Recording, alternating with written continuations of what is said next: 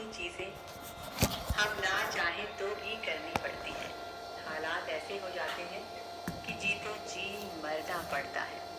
कुछ चीज़ें पीछे छूट जाती हैं और कुछ वहीं पड़ी की पड़ी रह जाती हैं। पर कुछ को आग में तप कर दिया तो बनना ही पड़ता है ना। ना चाहते हुए भी जलना तो पड़ता ही है ना। नहीं चाहती थी मैं सांचे में ढलना, नहीं चाहती थी मैं सांचे में ढलना, नहीं चाहती थी, बहुत रोई बहुत छटपटाई, पर वो कुम्हार मुझे उठा ले गया। उसने ही मुझे मेरे जीवन का अर्थ समझाया। फिर मैं रोती गई, तपती गई, कितनी बार बिगड़ी न जाने कितनी बार बनाई गई। उसी कुम्हार ने मुझे नई पहचान, नया रूप दिया। मैं ही हूँ वो दिवाली पर जलने वाला दिया। लो, देखी है ना तूने कभी मुझे गौर से, देखा है ना तुमने कभी मुझे गौर से, कितना गर्व, कितना अभिमान, कितनी चमक होती है ना उसमें। क्योंकि मैं खुश हूँ, अंधेरा मिटाने के लिए मैं खुद को जलाया करती हूँ। मेरा अस्तित्वहीन जीवन किसी काम तो आया। मैं जानती हूँ आज तुम प्यार से जलाकर सजाकर कल फिर तुम मुझे फेंक दोगे। मैं फिर उसी मिट्टी में मिल जाऊंगी जहां से मैं आई थी। मेरी पहचान वहीं कहीं खो जाएगी। तो तुम भी इतना इतराओ मत कि तुम भी इसी मिट्टी से आए हो, मिट्टी में खो जाओगे।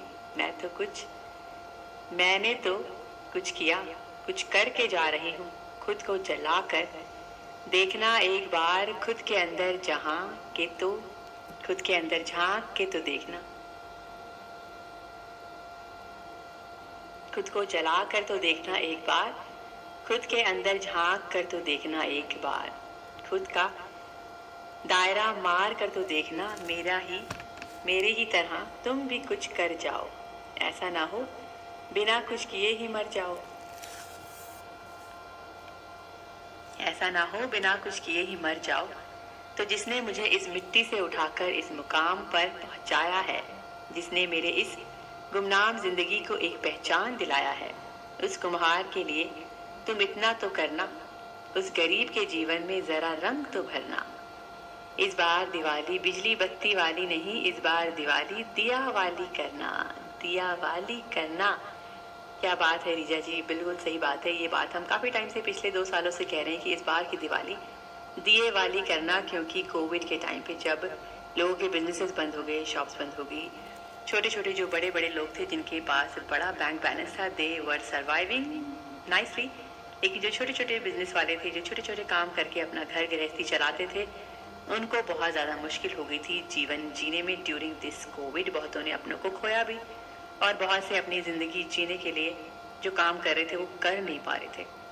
तो उसके बाद जब सब कुछ ठीक हुआ तो हम सब ने एक दूसरे से यही कहा था कि इस बार कैंडल्स नहीं बल्कि मिट्टी के दिए जलाइए।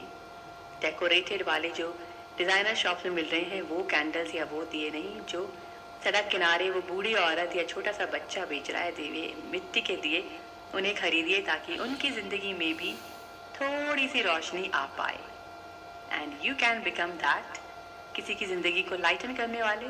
जी हाँ, जैसे ये मिट्टी बनी है, मिट्टी से दिया बना और खुद को जलाकर दूसरों की ज़िंदगी में रोशनी लेकर आए हैं।